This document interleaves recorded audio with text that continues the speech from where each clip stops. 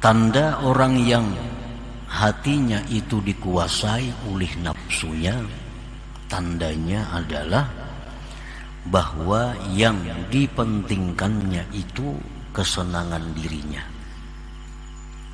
Yang kedua, tandanya adalah yang ditujunya itu adalah makhluk Allah Subhanahu wa ta'ala. Ini tanda orang yang dirinya itu dikuasai oleh nafsu. Yang dipikirkannya adalah kesenangan diri. Kesenangan dirinya. Yang kedua, yang ditujunya itu adalah makhluk Allah.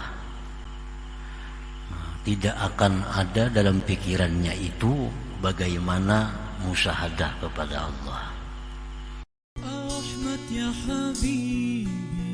Jangan lupa tonton, subscribe, like, and share.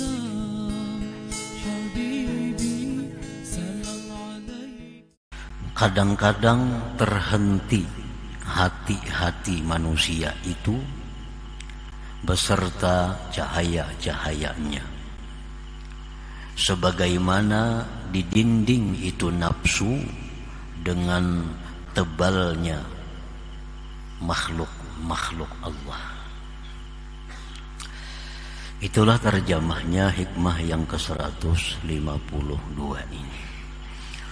Para muhibbin rahimakumullah, sebagian di antara manusia ada yang hatinya itu didinding oleh nafsunya, sehingga cahaya yang ada di dalam hati itu menjadi tertutup dengan tebalnya dinding nafsu tadi. Artinya orang ini hidupnya dikuasai, hatinya dikuasai oleh nafsunya. Tanda orang yang hatinya itu dikuasai oleh nafsunya, tandanya adalah bahwa yang dipentingkannya itu kesenangan dirinya. Yang kedua, tandanya adalah yang ditujunya itu adalah makhluk Allah Subhanahu wa ta'ala. Ini tanda orang yang dirinya itu dikuasai oleh nafsu. Yang dipikirkannya adalah kesenangan diri. Kesenangan dirinya. Yang kedua, yang ditujunya itu adalah makhluk Allah. Tidak akan ada dalam pikirannya itu bagaimana musyahadah kepada Allah. Nah, para muhibbin rahimakumullah, sebagian orang yang tadi ada yang terhenti sampai di situ. Artinya sampai mati dia demikian. Sampai mati, terhenti.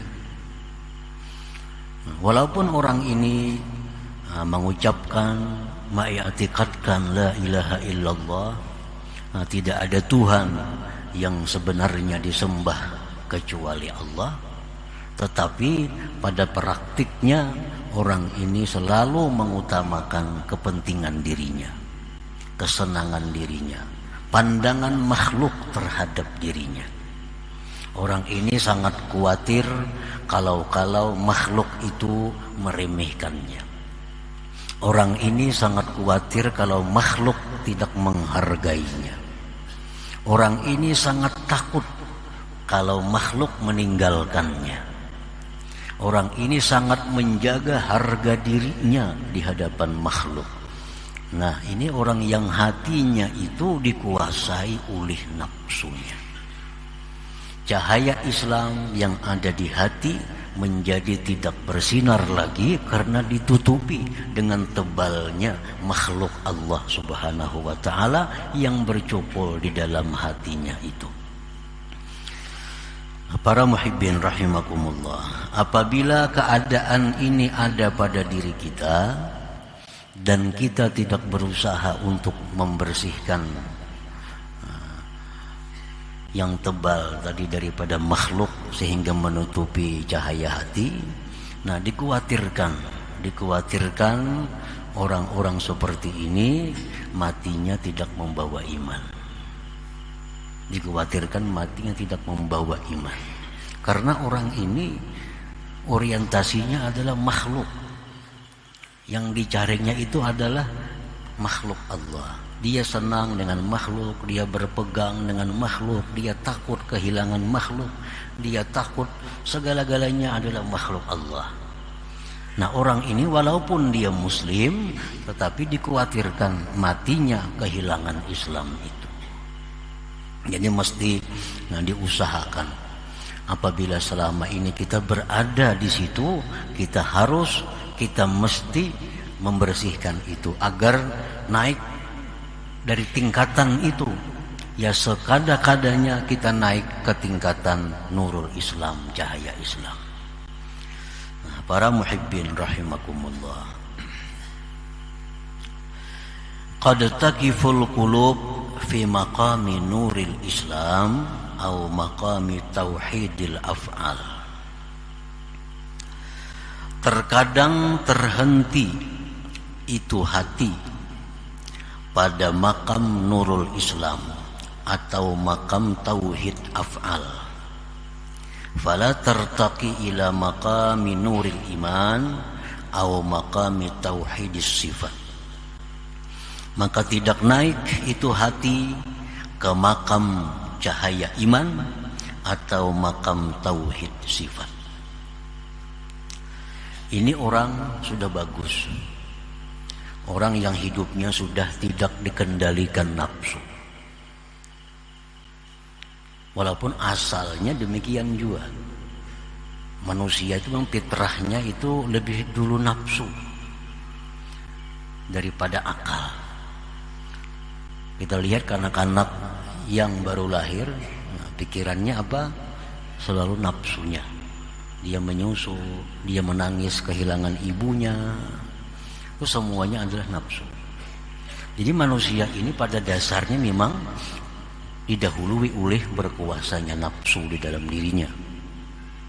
Nah, apabila dia berusaha untuk menaikkan tingkatannya ke atas, maka orang ini akan sampai kepada makam nurul Islam. Dia sampai kepada makam tauhid af'al. Orang yang sampai di makam ini, orang ini sudah manis melakukan ibadah zahir. Orang sampai di makam ini sudah lezat membaca Al-Quran, sudah lezat berzikir. Ini sampai di makam ini. Dan dia sudah bisa menyaksikan bahwa yang ada di alam semesta ini adalah merupakan asaru fi'alillah, merupakan bekas perbuatan Allah Subhanahu wa ta'ala. Jangan lupa tonton, subscribe, like, and share.